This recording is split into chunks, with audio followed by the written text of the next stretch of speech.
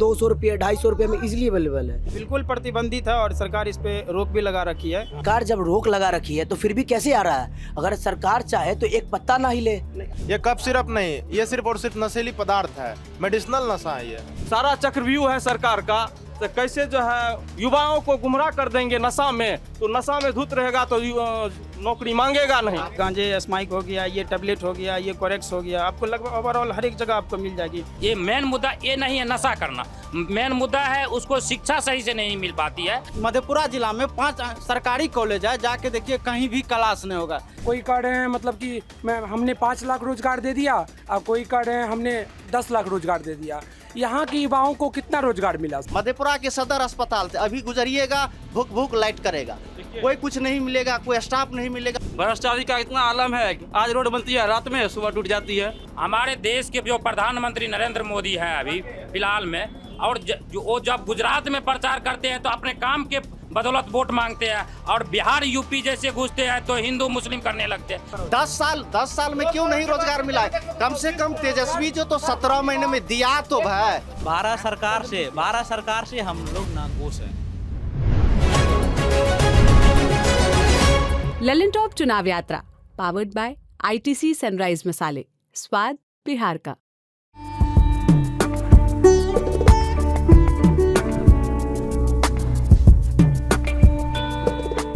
किसी भी शहर में किसी चौराहे पे चले जाइए और वहाँ पर चाय की टपरी पर बैठ जाइए। चाय की टपरी पर सरकारें बनती हैं, गिरती हैं, मुद्दे तय होते हैं, मुद्दे के निस्तारण का उपाय बताया जाता है, मुद्दे पे किस ने कमी दिखाई, किसने बढ़िया काम किया, कौन सा नेता उनके हक में काम कर रहा है, कौन सा नेता उनके खिलाफ काम कर रहा है या उन वादा खिलाफी कर रहा है। ये सारी चीज़ें आधे 1 घंटे में तय हो जाती हैं और वहीं पर सरकार भी बना दी जाती है कि भाई इसकी सरकार बन रही है। ऐसे ही देश में जून के महीने में किसकी सरकार बनेगी, ये जानने के लिए ललन टॉप की टीम चुनाव यात्रा पर निकली है। और हम इस वक्त मधेपुरा जिला के मधेपुरा लोकसभा क्षेत्र के ये कॉलेज चौक है ना, ये कॉलेज चौक है। और इसी तरह से एक चाय की टपरी पे मिले, कुछ दोस्त मिल गए, ललन टॉप के फ़ैन थे, तो उनसे बात शुरू हुई। तो इसी तरह से उन्होंने कुछ बताना है, ऐसी जानकारियाँ दी कि हमारा मन रहा नहीं। हमने सोचा हमसे उनसे बात करते हैं और उनके मुद्दों को समझते हैं। क्या नाम है दोस्त तुम्हारा? मेरा नाम राहुल सिंह है।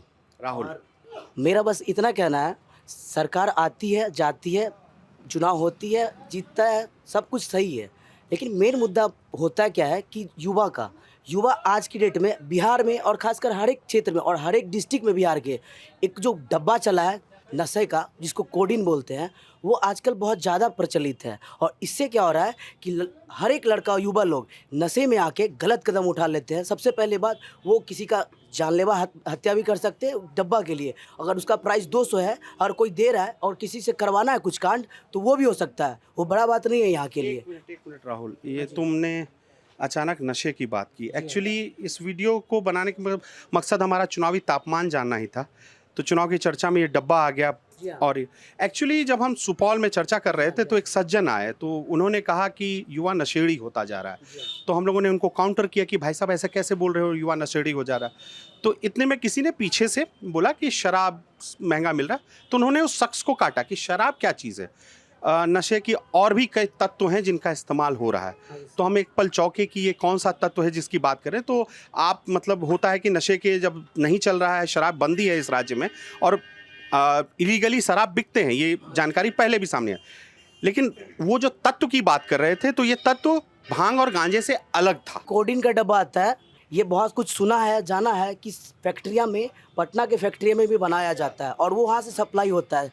बहुत सारी बसें में करके आती है, जो कि बसें चलती है पटना से सहरसा की ओर, और स्कॉर्पियो, पर्सनल स्कॉर्पियो, बहुत सारे ऐसे चीज़ें होते हैं जो कि भर के आते हैं और चेकिंग भी होता है, लेकिन सब कुछ तय सीमा पे पैसा फेंक के सब कुछ लाया जाता है। और ये सरकारें ही, जो भी सरकार है, सरकारें चाहे बीजेपी की हो, आरजेडी की हो, जिसकी भी हो, लेकिन मेन मुद्दा है युवा को वोट हम लोग देंगे, जिताएंगे भी जिसको जिताना है, लेकिन मुद्दा होना चाहिए कि युवा पढ़ाई लिखाई करे, ना कि नशे की ओर जाए। लेकिन सरकार यही चाहती है कि युवा पढ़ाई लिखाई ना करे, नशे में जाए, ताकि मूर्ख बना के उसको वोट ले सके, किसी का जातिगत तौर पे ले सके। तो हमारी मुद्दा बस इतनी है कि प्लीज़ कोई सरकार जीते, सरकारें बनती है बिगड़ती है, लेकिन कोई ऐसा आए और यहाँ के बिहार के खासकर ये जो डब्बा प्रचलित है इसको बैन करें। इससे युवा अच्छा एक मिनट, तुम बहुत विस्तार से बोले इस बारे में। डब्बा के ये कैसे, मतलब कि प्रतिबंधित नहीं है ये आइटम? नहीं है, बिल्कुल धरले से मिलता है यहाँ पे। धरले से मिलता है? जी हाँ। धरले से कहाँ, किस दुकान पे मिलता है, कैसे मिलता है? कहीं भी बिकता है, ये किसी के घर में जात मिलता है, कोई युवा बेचता है। प्रतिबंधित नहीं है तो घरों में क्यों बिक रहा है? मैं समझा नहीं इसको। क्योंकि यहाँ के प्रशासन रोड पे घूमते घूमते हुए बेचता है, उसका कोई प्रॉपर दुकान नहीं होता है। कोई भी कहीं भी कोई चपड़ी टपड़ी ऊपर बैठा हुआ है, कोई लड़का लेके इधर घूम रहा है, वहीं सब बेचता है। इसका कोई प्रॉपर दुकान नहीं है, क्योंकि यह जो है प्रशासन से छिप के ये जो है बेचा जाता है। तो यानी प्रतिबंधित है ये चीज? बिल्कुल प्रतिबंधित है और सरकार इस पे रोक भी लगा रखी है। लेकिन फिर भी इसके बावजूद भी है बिक रहा है। सरकार को इस पे जो है अंकुश लगाना चाहिए ताकि कोडिंग मुद्दा भाई, ये सरकार जब रोक लगा रखी है तो फिर भी कैसे आ रहा है? अगर सरकार चाहे तो एक पत्ता ना हिले तो फिर भी आ रहा है ना, तो सरकार ही कर रही ये है। इसका दूसरा पहलू है। पहला पहलू ये है कि कोडिंग जैसी चीज किस चीज के इस्तेमाल में आता है? पहले ये है कि इसका इस्तेमाल किस चीज के लिए? एच ड्रग्स है, एच ड्रग्स है इसमें। ये एच ड्रग्स जो होता है इसमें ज़्यादा मात्रा में दिया जाता है ताकि युवा ड्रग्स ले, ये बेसिकली ड्रग्स ही है। जी हाँ, और वो ड्रग्स का लत ऐसा है कि बहुत युवा बिगड़ चुका है और हालात ऐसा गंभीर हो चुका है वो छोड़ नहीं पा रहा है 5-5 साल से, 6-6 साल से।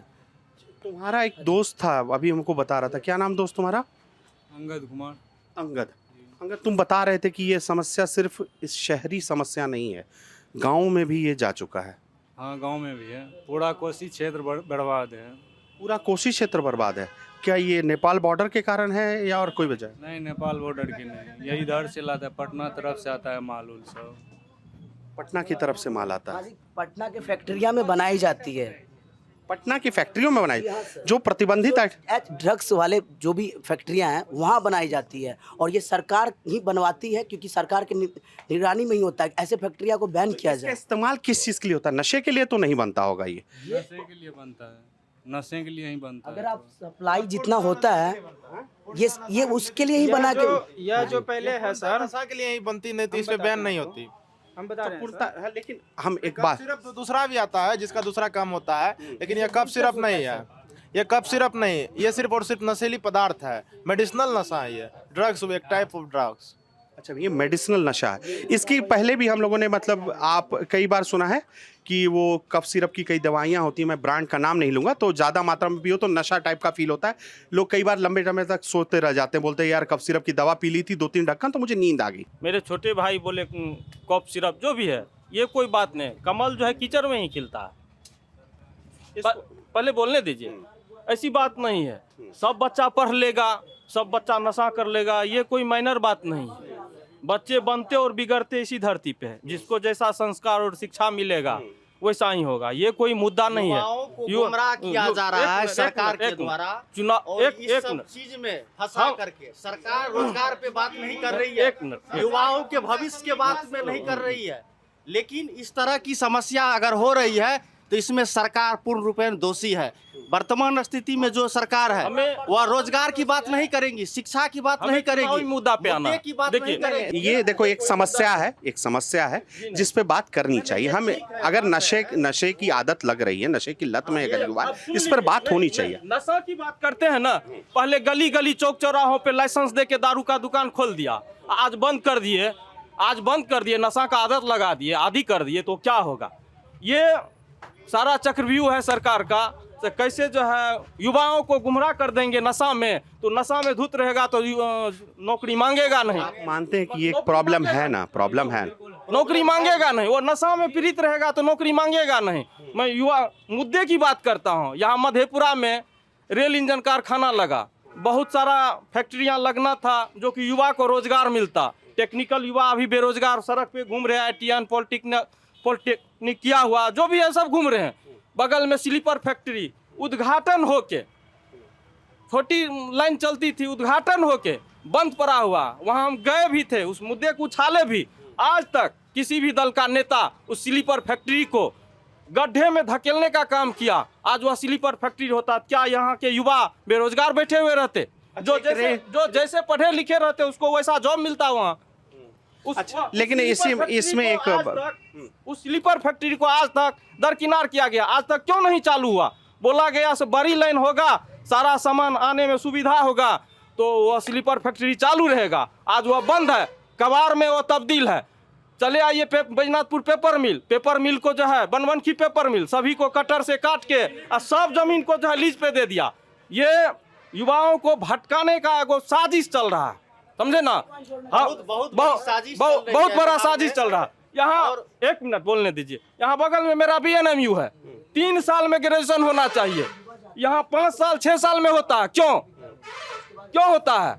6 साल उसका लैप्स हो जाएगा तो वह जॉब में नहीं, उसका एज लैप्स हो जाएगा, वह जॉब में नहीं जा पाएगा। 2 साल का PG सेशन होता है, उसको 3 साल 4 साल में क्लियर करता है। यह बड़े पदाधिकारियों का सब सारा जो है रचा हुआ फंडा है, जो कि 3 साल का कोर्स जो है ना 5 साल 6 साल लगाता है।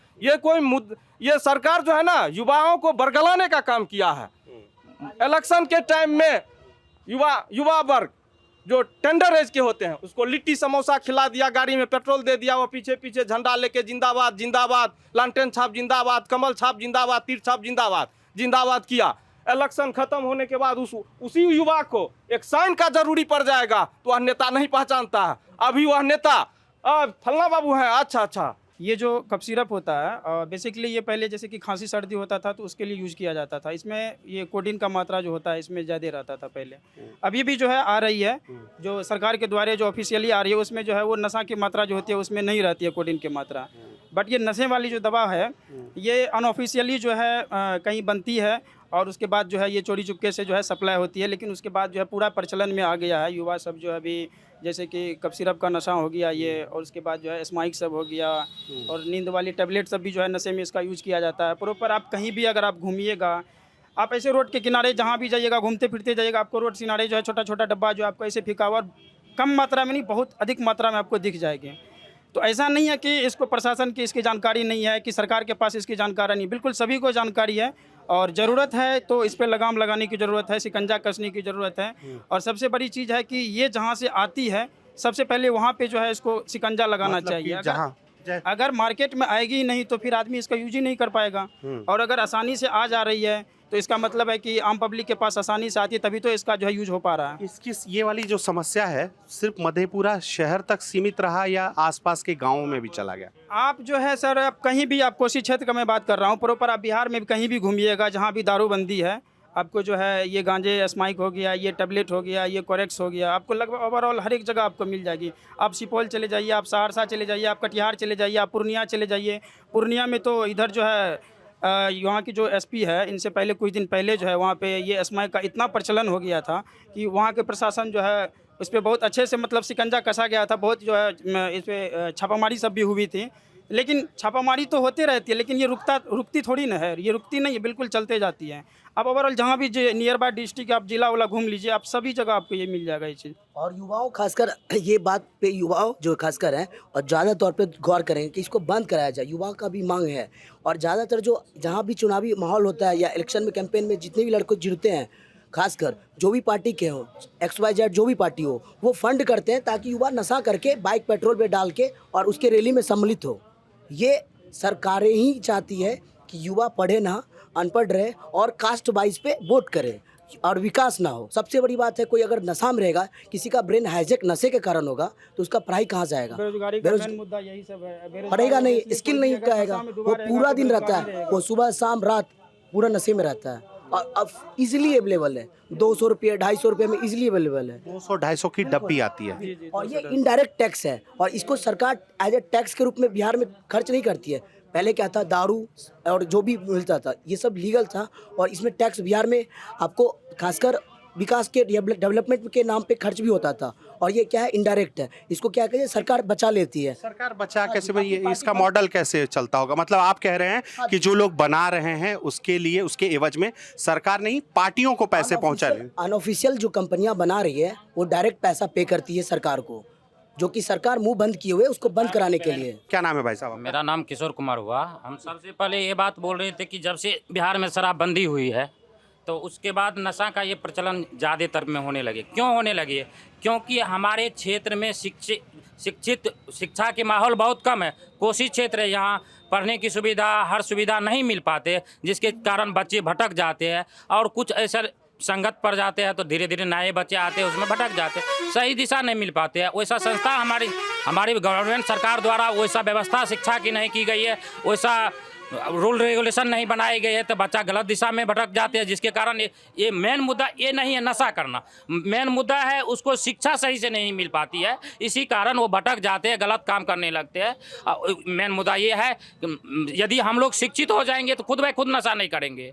शिक्षा मेन मुद्दा, सरकार जब तक शिक्षा पे फोकस नहीं करेंगे, रोजगार पे फोकस नहीं करेंगे, तो हम लोग गलत रास्ते पे भटकते रहेंगे। चोरी डकैती जो भी होते हैं गलत रास्ता। यदि हम शिक्षित हो जाएंगे तो खुद ब खुद अपने बारे में सोचने लगेंगे कि हमारे शरीर के लिए क्या चाहिए नहीं चाहिए। सबसे पहला मुद्दा है शिक्षा, रोजगार, स्वास्थ्य, इस पे ध्यान दिया जाए सरकार को, नशा अपने आप सही हो जाएगी। शिक्षा, रोजगार और स्वास्थ्य। भाई साहब की बात आप शिक्षा पे बहुत ज़्यादा जोर दे के कह रहे थे कि शिक्षा क्या हाल है, मतलब कैसे में अभी शिक्षा और स्वास्थ्य का हाल सबसे बदतर है। आप बगल में बीएन मंडल यूनिवर्सिटी जाइए, आपके बगल में टीपी कॉलेज है, आज तक कहीं क्लास नाम का चीज़ नहीं। यहाँ स्टूडेंट सिर्फ आते हैं फॉर्म भरने के लिए या एडमिशन लेने के लिए या एग्ज़ाम देने के लिए। मतलब क्लास से मतलब और टीचर और स्टूडेंट के बीच में बहुत बड़ा गैप है, जो नहीं हो पाता है। कभी भी कोई भी कहाँ, यहाँ 5 यूनिवर्सिटी मधेपुरा जिला में 5 सरकारी कॉलेज है, जाके देखिए कहीं भी क्लास नहीं होगा। सिर्फ बीएड और एमएड के क्लास छोड़ के आप देखिएगा कोई भी विषय में क्लास होवे नहीं करता। साइंस में भी कोई क्लास नहीं होता, कॉमर्स में भी कोई। बीएड हम बोल रहे हैं, बीएड एमएड छोड़ के जाइएगा, साइंस का क्या बात करते हैं, कहीं भी क्लास नहीं। जहाँ जो भी टीचर है सब अपने घर पे प्राइवेट ट्यूशन चलाते हैं, उसको न तो विद्यार्थी से कोई लेना देना है न यहाँ के गार्जियन से। शिकायत तो विद्यार्थियों को लेकर भी हो सकती है ना, कि विद्यार्थी भी शिक्षा को लेकर सजग नहीं है। भैया जब विद्यार्थी यहाँ का हालत ही ऐसा है तो विद्यार्थी यहाँ से बाहर जाने के लिए मजबूर है।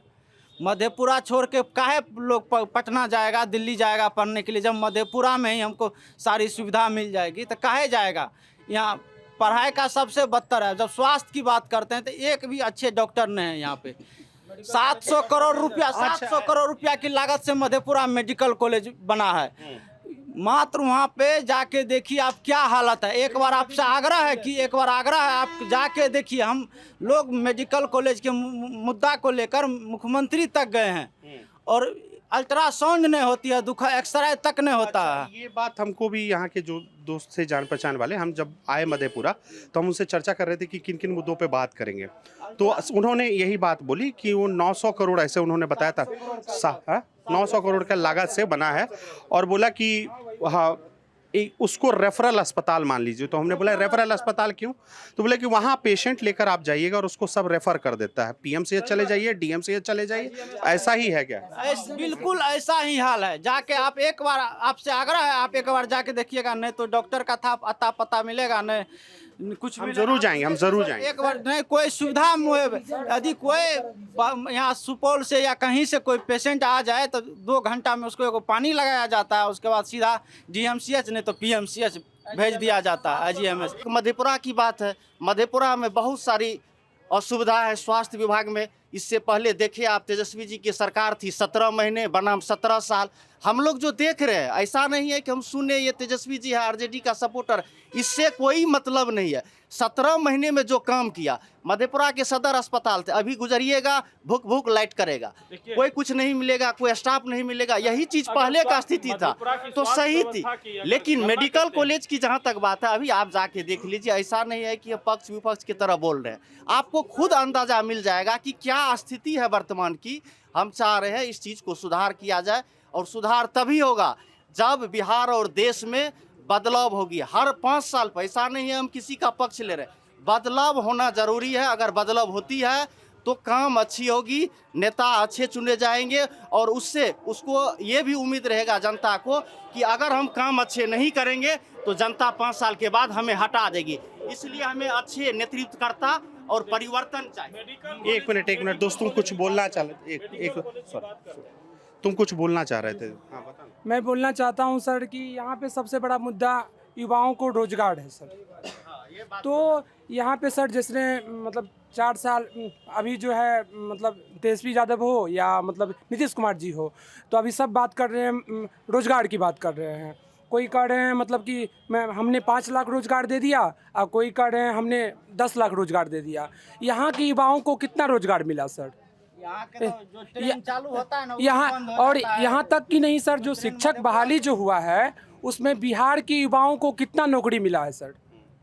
ये भी एक बड़ा मुद्दा है सर। नहीं तो इसमें हम एक सरकार का पक्ष रखते हुए बोल रहे हैं, क्योंकि कि ऐसा भी कहा जा सकता है कि अगर हम जो नौकरी निकाल रहे हैं, अगर अपने राज्य पे ही फोकस करेंगे, अगर उसको प्रतिबंधित कर देंगे कि दूसरे राज्य के छात्र नहीं आ सकते हैं, अगर नहीं आ सकते हैं तो ऐसा प्रतिबंध दूसरे राज्य भी बिहार के लोगों पर लगा सकते हैं, तो उस स्थिति में बिहार को ज़्यादा नुकसान हो सकता है ना। दूसरे राज्य जो है सर वो अपना परसेंटेज अभी भी लगा के रखे हुए हैं कि इतना ही 10 से 15% आएगा, लेकिन बिहार में जो है सर वो परसेंटेज नहीं रखा गया है सर। जैसे अभी बीपीएससी के द्वारा जो परीक्षा हुआ TRE 1 TRE 2, उसमें जो है ये प्रतिबिंब देखने को नहीं मिला सर।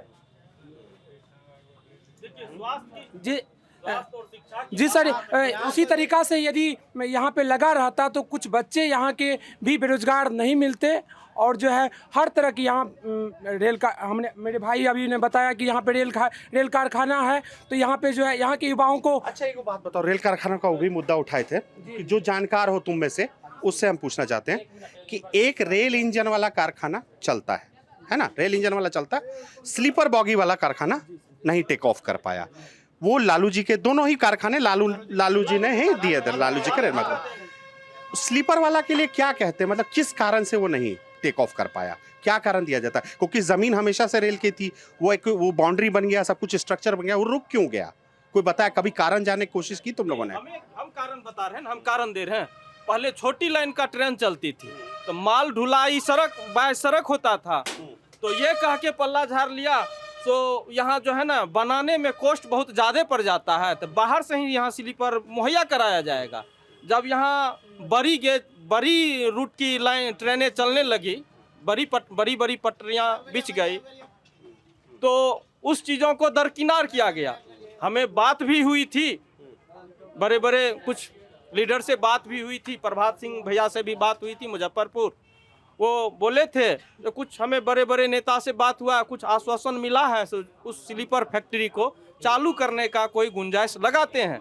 ये रेलवे जो इंजन असेंबलिंग होती है, यहाँ पे रेलवे इंजन की असेंबलिंग होती है, हमको जो जानकारी मिली कि यहाँ बनते नहीं हैं, असेंबल किए जाते हैं, तो कितना रोजगार उससे मधेपुरा के लोगों को मिला, कुछ आइडिया है? 1% भी नहीं, एक भी परसेंट नहीं। तो कैसे उसमें कहाँ देखिए, तो उसमें जाकर देखिए आप, जो कई गो उसमें बिहार का मधेपुरा का प्रॉपर काम कर रहा है, कोई कर रहा है नहीं। मतलब सारी सरकारी भर्तियां हुई और उसमें पूरे देश के लोग, थोड़ा स्टाफ भी, हम लोग का जो सिक्योरिटी का गार्ड भी रहता है ना, तो वो दूसरे जगह से ला करके देता है, यहाँ से लेकर के देवे नहीं करता है।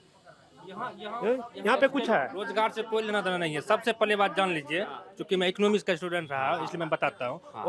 उद्योग स्थापित करने के लिए सेंट्रलाइज और डिसेंट्रलाइज को ध्यान में रखा जाता है।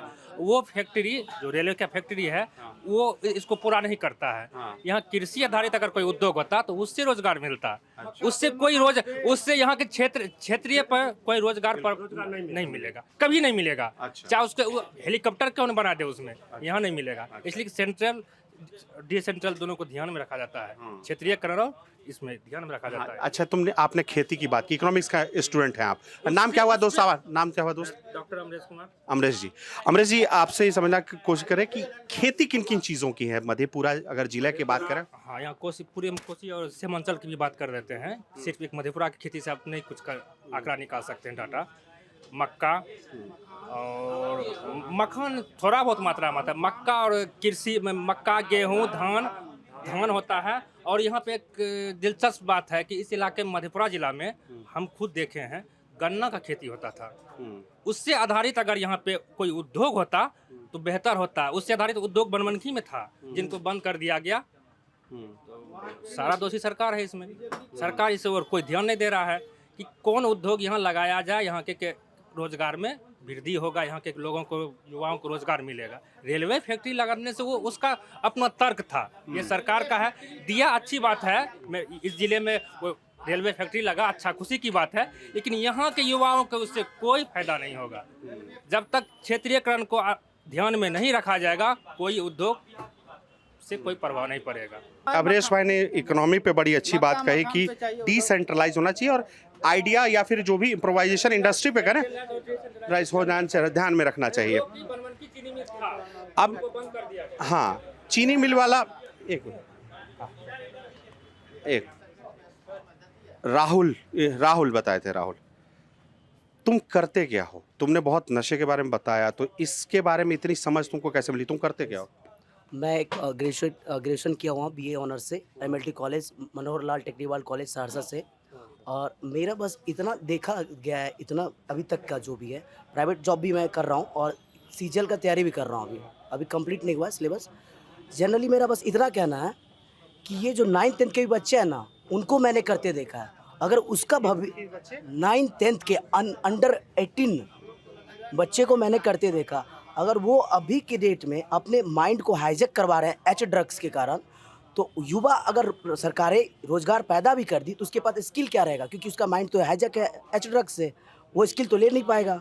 और युवाएं जितने भी हैं वो भी ले रहे हैं। तो पहली बात, अगर नशे से बाहर आएंगे तो अब तो रोजगार मिलेगा किन्हीं को। स्किल की बात तुमने की, स्किल डेवलपमेंट की।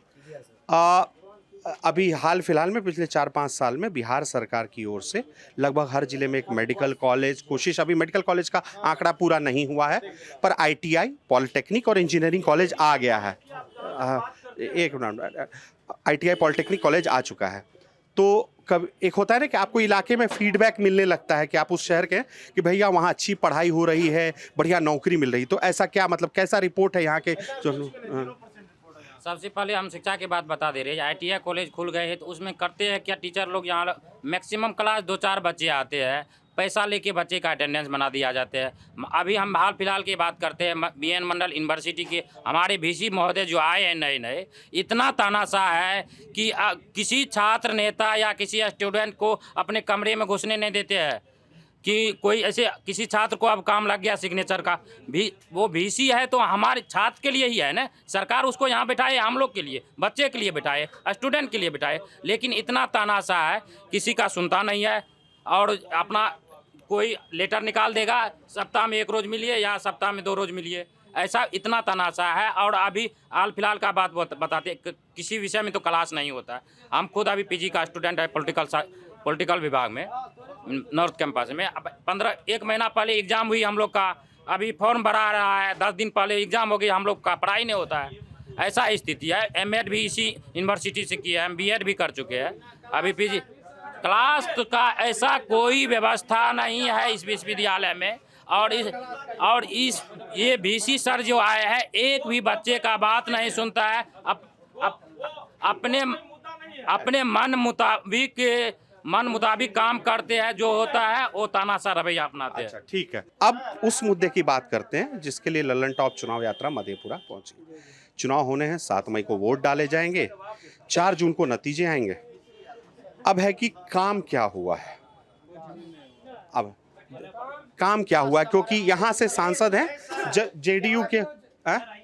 JDU के दिनेश चंद्र यादव, ठीक है, और वो इस बार फिर से चुनाव लड़ रहे हैं ना। हाँ, बताइए काम क्या हुआ है इस इलाके में? देखिए, काम का मुद्दा यही होता है, एक आम आदमी को क्या चाहिए? रोजी रोजगार, सड़क, शिक्षा, स्वास्थ्य, रोड बनता है, विकास हुआ। शिक्षा में बढ़ावा है तो विकास हुआ। लालू यादव यूनिवर्सिटी दी है, विकास हुआ। लेकिन यहाँ उस तरह का कोई तंत्र व्यवस्था नहीं है जो सुचारू रूप से चलाए। आज रोड बनती है विकास के नाम पे, लेकिन रोड 10 दिन में टूट जाती है, वो कोई विकास नहीं हुआ। शिक्षा, कहते हैं शिक्षा, स्कूल जाओ, सरकारी स्कूल में बच्चे को पढ़ाओ, लेकिन कहीं भी जाते हैं देखने के लिए सरकारी स्कूल में क्या हो रहा है, कुछ नहीं होता है। सड़कों पर चपाती ही बैठाई जाती है अनर्गल वार्तालाप के लिए। ओरिजिनल चीज़ आपको अगर देखना है, विकास तो हो रहा है, लेकिन विकास किस स्तर पर हो रहा है? भ्रष्टाचारी का इतना आलम है कि आज रोड बनती है, रात में सुबह टूट जाती है। स्कूली शिक्षा कहते हैं, पढ़ाने के लिए तो पढ़ाता है, पाँव पे पाँव दे के बैठे हुए हैं। सांसद जी आके बोलते हैं आप लोग यहाँ कहीं नहीं जाएगा। विकास होता है तो विकास को विकास तरीके से होना चाहिए। विकास की बात हो रही है। सड़कें एक दोस्त टीवी डिबेट मत बना please, humble request, TV debate मत बना। अच्छा बात करो, करने दो। हाँ एक मिनट रुको। विकास की बात हो रही है। मैंने वहाँ एक सज्जन बैठे थे, उनसे पूछा तो उन्होंने कहा कि विकास और शिक्षा में पढ़ाओगे वो भी विकास है, रोड बनाओगे वो भी विकास है, रोजगार दोगे वो भी विकास है।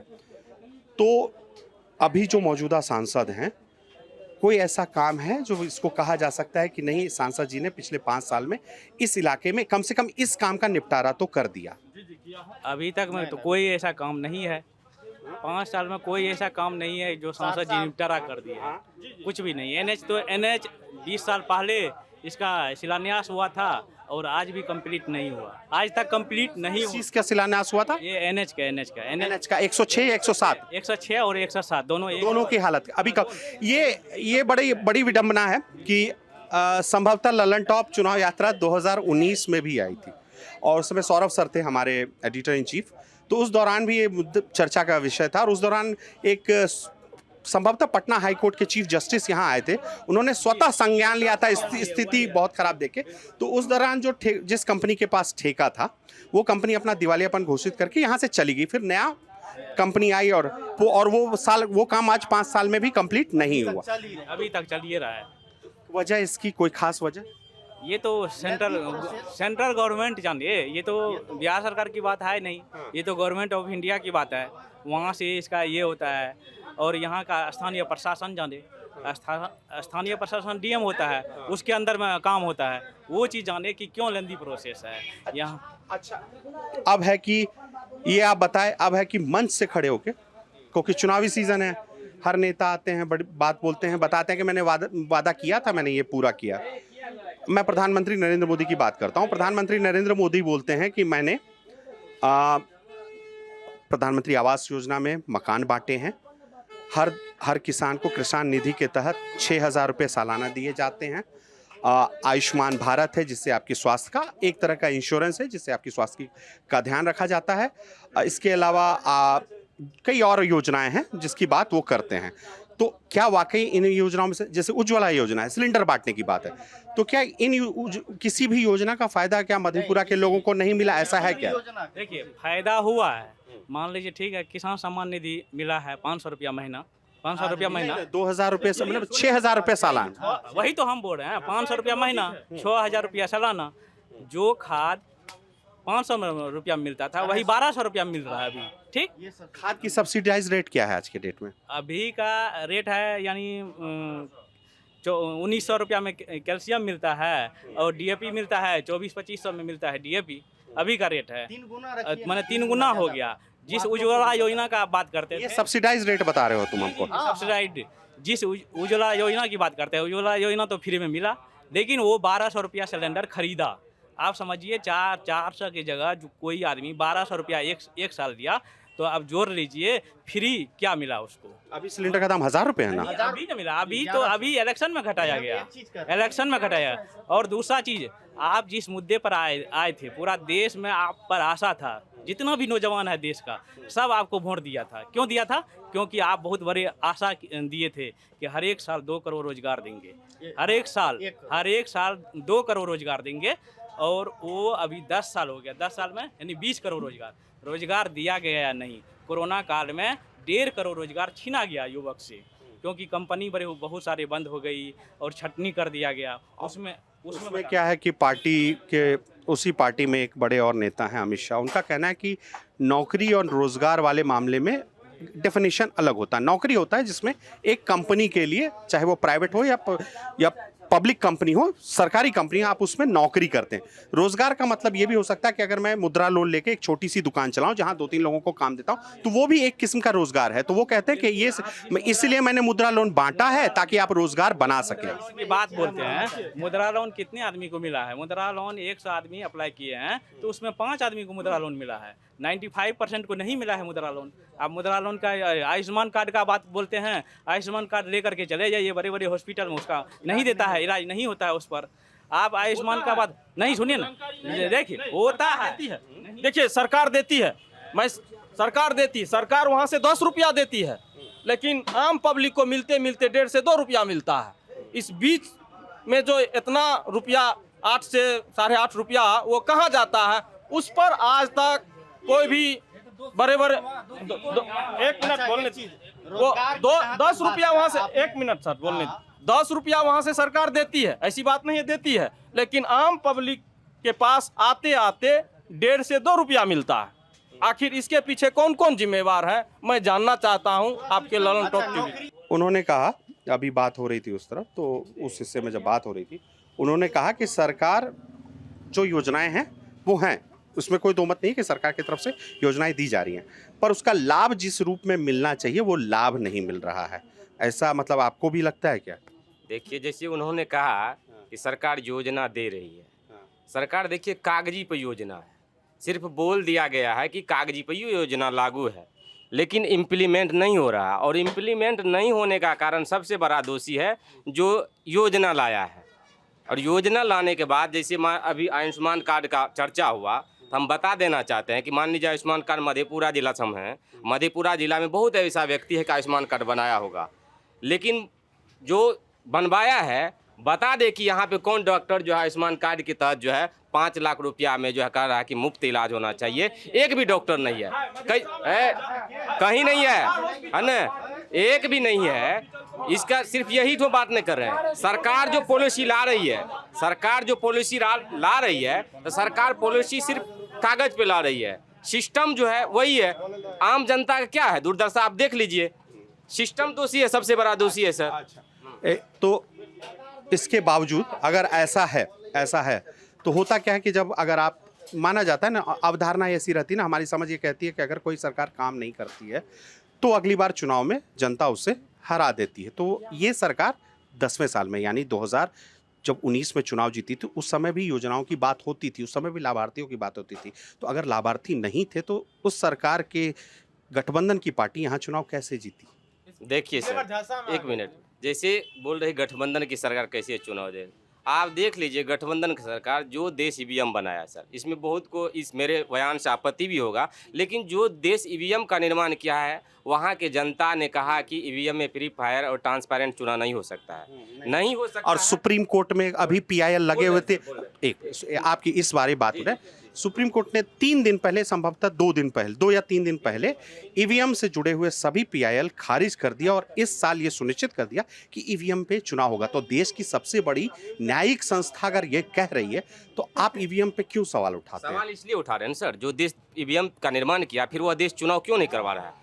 यानी कि उस देश की जनता ने विरोध किया और विरोध करने के बाद उनको लगा कि वहाँ की सरकार को कि नहीं, कि जनता जो है फ्री फायर और ट्रांसपेरेंट चुनाव नहीं हो सकता, और वहाँ का जो है सरकार उनको रोक लगाया। लेकिन भारत का देखिए दुर्दशा, जो यहाँ ईवीएम का निर्माण भी नहीं हो रहा है और फिर भी यहाँ जनता कई बार। ईवीएम से चुनाव से क्या होता है, हम जानना, हम ईवीएम से चुनाव से क्या दिक्कत आता है, हम जानना चाह रहे हैं। वही दिक्कत तो बता रहे हैं ना सर। यहाँ तो सुप्रीम कोर्ट भी 8 अक्टूबर 2013 को निर्णय दिया कि सभी जगह जो है ईवीएम के साथ जो वीवीपैट लगानी चाहिए और वीवीपैट का काउंटिंग भी करना चाहिए, लेकिन सरकार कर रही है? नहीं कर रही है। 2014 में चुनाव हुआ, सभी जगह ईवीएम से चुनाव हुआ, और ईवीएम से आप देख लीजिए, हम ATM से पैसा निकालते हैं तो पर्ची निकलता है और पता चलता है कि हम वोट किनको दिए हैं। लेकिन दुर्भाग्य है यहाँ की कि ये इस तरह से नहीं हो सकता है, और ये सब बात हम सबों को समझना होगा। जिस दिन लोकतंत्र के मत वीवीपैट से जो पेपर मिलान की बात कर रहे थे आप, इस संबंध में भी सुप्रीम कोर्ट का एक बयान है, इसी वर्डिक्ट से पहले दिया गया। उसमें सुप्रीम कोर्ट ने कहा कि चुनाव आयोग को संज्ञान लेना चाहिए। ऐसे कुछ मुद्दे आए हैं, कई जगह हैं जहां पे ये बताया गया है या ये जानकारी दी जा रही है कि त्रुटि है, दोनों में मैचिंग नहीं हो रहा है। तो हाँ, कुछ वीडियो वायरल हो, उस पर भी सुप्रीम कोर्ट ने भरोसा जताया। ये नहीं कह रहा हूं मैं, मतलब मेरा ये कहना है कि आप जिस व्यवस्था पे सवाल उठा रहे हैं उस व्यवस्था को लेकर लोग सुप्रीम कोर्ट तक गए। सुप्रीम कोर्ट ने भी उस व्यवस्था में सब कुछ सुनवाई करने के बाद, डिटेल सब में जाने के बाद कहा कि नहीं, अभी आपको इस पर भरोसा करना है। तो फिर आप जब सवाल उठाते हैं इस चीज़ पे, तो आप पूरी तरह से एक संसदीय व्यवस्था पर ही सवाल बनाते हैं, चुनावी व्यवस्था पे सवाल उठा रहे हैं। तो वो थोड़ा सा उस पर क्या कहिएगा? देखिए, मेरा सिर्फ यही कहना है कि चुनावी व्यवस्था पे सवाल क्यों उठा रहे हैं? जरूर उसमें दोषी होगा, अगर दोषी होगा तो लोकतंत्र है सर, लोकतंत्र में हमारा आर्टिकल 19 के तहत हमको बोलने का अधिकार है, और बोलने के अधिकार के तहत जो है अगर गलत हो रहा है संविधान के अनुसार आप चलिए ना सर। संविधान अभी देश में सिर्फ वही वैसे हो रहा है। दुनिया जो पूरे दुनिया का जो है विद्वान व्यक्ति का कहना है कि भारत का संविधान के अनुसार देश चलेगा तो दुनिया का सबसे मजबूत देश बन जाएगा, जिस देश को सोने का चिड़िया कहा जाता है। लगता है कि देश संविधान के अनुसार नहीं चल रहा है सर।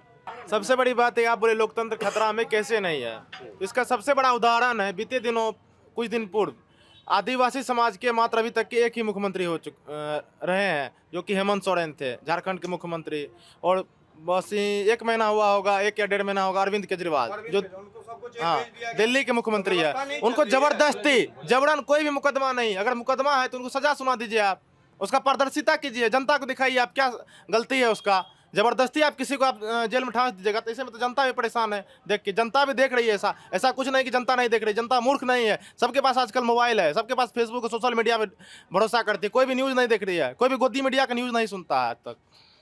सबसे पहले आप बोले जो लोकतंत्र खतरे में नहीं है और हमारे पास सुप्रीम कोर्ट हाई कोर्ट है, तो हम सबसे पहले बताना चाहेंगे यदि हमारे एक केस यदि सुप्रीम कोर्ट में जाते हैं तो 10-10 साल 5-5 साल लग जाते हैं फैसले होने सुनने में। मतलब एक आम आदमी का मुद्दे लेके यदि हम लोग सुप्रीम कोर्ट कोई चीज़ में हम लोग का हनन होते हैं सुप्रीम कोर्ट में, तो 5 साल 10 साल में वो फैसला होती है, तो हम लोग कैसे मानेंगे कि नहीं हमारे संविधान खतरे में नहीं। और सबसे पहले हमारे देश के जो प्रधानमंत्री नरेंद्र मोदी है अभी फिलहाल में, और वो जब गुजरात में प्रचार करते हैं तो अपने काम के बदौलत वोट मांगते हैं, और बिहार यूपी जैसे घुसते हैं तो हिंदू मुस्लिम करने लगते हैं। क्यों, आखिर क्यों यहाँ रोजगार शिक्षा स्वास्थ्य पर क्यों नहीं बात करते हैं हमारे आदरणीय प्रधानमंत्री? 1 मिनट, एक अमरीश जी कहाँ चले गए, इकोनॉमिक्स वाले भाई साहब? एक मिनट, आपसे हम बात करना चाह रहे थे, आपने बहुत अच्छी बात कही थी जो एक मिनट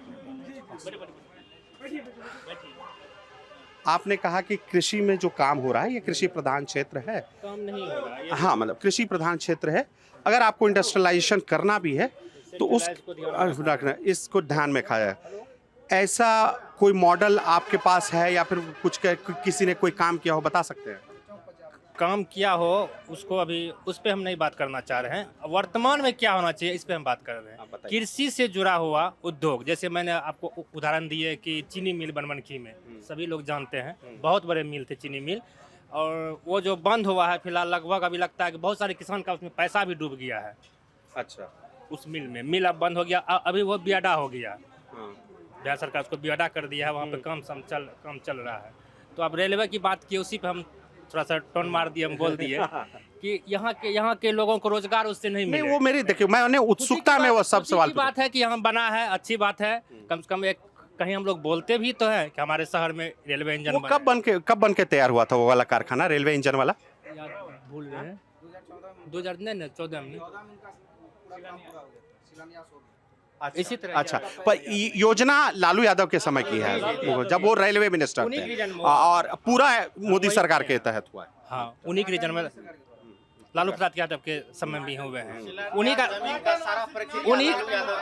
का देन भी है, अच्छा, उसमें एक चीज हम कहना चाह रहे थे कि रेलवे को लेकर के जहाँ तक बात हो रही है, तो हम लोग जैसे देख रहे थे कि पहले रेलवे में बहालियाँ निकलती थी और उसमें सबसे बड़ा बहाली ग्रुप डी जो 4th ग्रेड का होता है, तो उसमें सबसे ज़्यादा ग्रामीण क्षेत्र के युवा उसमें जाते थे। लेकिन वर्तमान स्थिति में क्या स्थिति हो गई है कि आज रेलवे में नौकरी ही नहीं है। जब से मोदी सरकार है 10 साल से रेलवे में नौकरियां नहीं निकल रही है, बंद हो गई है ग्रुप डी में। इसका मुख्य कारण हम एक चीज़ हम कहना चाहेंगे, चूँकि रेलवे को प्राइवेटीकरण की ओर दौरा दिया जा रहा है। अभी जैसे रेलवे फैक्ट्री की बात कर रही है तो यह किसी कंपनी के माध्यम से चल रहा है, और वह कंपनी किसी एक आदमी को हायर करके, किसी एक ठेकेदार को हायर करके वहाँ मजदूर के लेकर के काम करवा रहा है। दूसरा बात, जहाँ तक ग्रुप डी के जो सरकारी बहाली होती थी वहाँ भी टेंडर वर्क कर दिया गया। टिकट जो काट रहा है वहाँ भी टेंडर वर्क कर दिया। झाड़ू जो लगा रहा है स्टेशन पे वो भी टेंडर वर्क हो गया। तो फिर जो है सरकार नौकरी रेलवे में कहाँ से देगी? दूसरी बात, अब बचा कहाँ है रेलवे? बचा कहाँ अभी भी सबसे बड़ा रिक्रूटर है देश का। कहाँ बहाली निकल कहीं रही है, बहाली नहीं निकल रही है। और सबसे बड़ा चीज है कि देश में सबसे ज्यादा रोजगार रेलवे ही दे रही थी, आज रेलवे में नौकरियां नहीं है, जिसका मुख्य कारण केंद्र की मोदी सरकार। हम चाहेंगे कि रेलवे में इस तरह की प्राइवेटीकरण को आप खत्म कीजिए, आप अपने स्तर से रखिए। दूसरी बात, केंद्र सरकार की एक और बड़ी योजना क्या है कि वो हर चीज़ को प्राइवेटीकरण की ओर द्वारा दिया जा रहा है। अभी जैसे विश्वविद्यालय है, विश्वविद्यालय में अकाउंट का काम प्राइवेट हो गया। अब कोई कंपनी आया, अब 1 साल वो पैसा रखेगा, फिर 1 साल के बाद हिसाब देगा। तो ये हाल हर सरकारी कॉलेज का हो गया, जिसका बोझ बच्चे पे पड़ रहा है, छात्रों पे पड़ रहा है।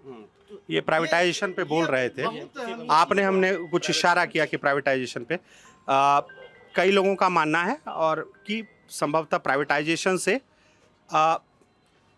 बेहतरी भी होती है सिस्टम में, क्योंकि हाँ सबसे पहले तो जानिए कि प्राइवेटीकरण जो करते हैं किसी भी उद्योग को, सरकार को उसमें एक मतलब उसका मेन मकसद होता है क्या कि कोई उद्योग अगर मतलब ध्वस्त हो रहा है या किसी भी कारण से वहाँ पे नहीं चल पा रहा, या लेबर के अभाव हो रहा है, या कोई आवागमन वहाँ की मतलब क्या कहते हैं मतलब संरचना या कि लॉस में चल रहा है। हाँ, मतलब वित्तीय नुकसान में प्राइवेटीकरण किया जाता है, मतलब कुछ दिन के लिए किया जाता है, ये नहीं कि अस्थायी रूप से प्राइवेटी हो जाए। मान लीजिए अगर कुछ दिन में सुधर गया तो फिर सरकार उसको अपने हस्तक्षेप में ले लेती है पूरी तरह से। यहाँ अभी हो क्या रहा है कि अधिक से अधिक संख्या में प्राइवेट क्या तो जा रहा है। वहाँ लेबर जो होता है, लेबर यहाँ का भी लोकल लेबर नहीं लिया जाता है, लेबर भी बाहर से लाते हैं। तो आप यहाँ के आसपास में एक बात बताओ, कोसी क्षेत्र में तो सब कहते हैं पलायन बहुत बड़ी समस्या है। अगर सिर्फ मधेपुरा पे फोकस रखें, और मधेपुरा में हम मधेपुरा जिला की बात कर रहे हैं, हम सहरसा जिला की बात नहीं कर रहे हैं। संभवतः आप में से बहुत लोग मधेपुरा जिला के ही होंगे।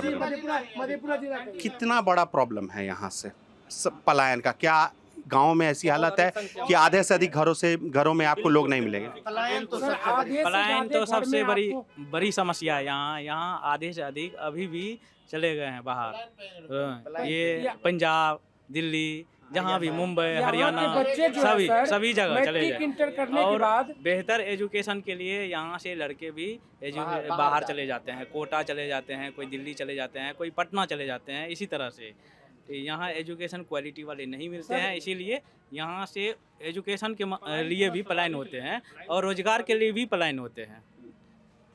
अब है कि उनकी बात करते हैं जो यहाँ की बागडोर संभाल रहे हैं, नीतीश कुमार भी कई योजनाओं को लेकर अब ढिंढोरा पीटते हैं। ढिंढोरा क्या, अपनी सरकार की तारीफ करते हैं कि हमने इसमें बहुत अच्छा काम किया है।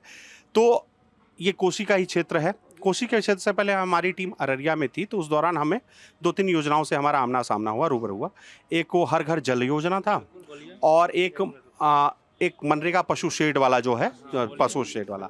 तो इन दोनों योजनाओं में नल जल वाले योजना में तो केंद्र सरकार का भी रोल है, पर ये तो कहीं सर नल दिखा? जहाँ नल है वहाँ पानी नहीं, जहाँ पानी है वहाँ नल नहीं। दूसरी बात, एक आपके सामने अभी सर रोड पे देखिए नाला जो बन रहा है, कौन ऐसा इंजीनियर कहाँ से डिग्री लेकर आया? नाला जो बना रहा है, रोड से 3 फीट ऊंचा नाला बनता है, वो भविष्य देखता है कि 1 साल के बाद रोड ऊंचा होगा। अरे भाई 1 साल 2 साल के बाद रोड ऊंचा होगा तब नाला फिर बनाएंगे। अब ये जो 3 फीट ऊंचा नाला बना रहे हैं, कचरा आप चीज कहाँ जाएगा? नाला में कहाँ बहाव होगा? जैसे घूमे होंगे तो गांव में आप हर जगह लगभग नल जल का योजना पूरा हो चुका है, लेकिन आपको नल और जल कहीं नहीं मिलेगा। लेकिन एक आदमी हम कुछ जगह हुआ है, मेरी बात पहले पूरा, कहीं कहीं जहाँ पे अगर कहीं लोग जो बचा के रखा है, कहीं है जहाँ एक्टिव लोग है, लेकिन आपको लगभग 60% विफल योजना, हम 60% मान रहे हैं। और आप इसका सर्वे कर लीजिए, आप सही बोल रहे हैं। 60% फेलियर है सर। हम उस पर सर्वे भी किए, जल नल योजना है बिल्कुल फैले, क्योंकि मैं पीएचडी के दरमियान में मैं कचरा अपशिष्ट पे मैं अपना डाटा का संकलन किए थे, कचरा अपशिष्ट पे। उसी दरमियान में हमने उसको भी मतलब ध्यान दिए। आप ठेठ मुद्दे पे आते हैं, कौन जीत रहा है? यहाँ नरेंद्र मोदी की सरकार को समर्थन मिलता दिखता है, या राहुल गांधी और तेजस्वी यादव को समर्थन है? किसको है, कौन? यहाँ महंगाई और बेरोजगारी के मुद्दे पर वोटिंग होगा, जो बात है आपको क्लियर बता रहे हैं। महंगाई, बेरोजगारी और स्वास्थ्य, इस मुद्दे पर। और स्थानीय जो प्रतिनिधि है उससे आक्रोश है सर आम आदमी, ये बात। और राष्ट्रीय जनता दल के जो उम्मीदवार हैं उनके लिए भारत सरकार से हम लोग नाखुश हैं, क्योंकि और प्रोफेसर चंद्रदीप जो आरजेडी के कैंडिडेट हैं, उन्होंने कोई वो दिया है खाका कि हम क्या काम करेंगे, हम जब सरकार में आएंगे तो क्या काम करेंगे? तेजस्वी जी के द्वारा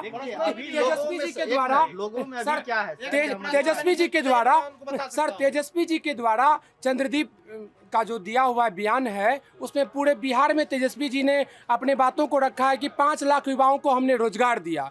तो हमने तो एक ही बार पहले भी बता दिया आपको सर कि बिहार के लड़के को कितना रोजगार मिला, कोई भी क्षेत्र हो, या पुलिस का क्षेत्र हो या शिक्षा। जवाब मिल चुका है आपका। उसके जनता, एक भी जनता क्यों नहीं बोल रही है? 10 साल में क्यों नहीं रोजगार मिला है? कम से कम तेजस्वी जो तो 17 महीने में दिया तो है, कुछ तो मिला। किस बात पे विश्वास करे सर, किस बात पे विश्वास करे कि नीतीश कुमार की सरकार उसने भी बता रही है कि हमने रोजगार दिया, और तेजस्वी यादव जी बोल रहे हैं कि हमने दिया रोजगार, तो हम किस पे? सर इसका जवाब सीधा जवाब है। नीतीश कुमार, एक मिनट रुकिए। नीतीश कुमार को 2022 या 2020 में सत्ता में नहीं आए थे, वो 18 साल से सत्ता में है, और 18 साल में कितना रोजगार दिए, कितना नौकरियां दी। तेजस्वी यादव ने सिर्फ और सिर्फ 17 महीना सत्ता में रहे, और उन्हीं के कार्यकाल में 4.5 लाख नौकरियां दी गई और रोजगार दिया गया।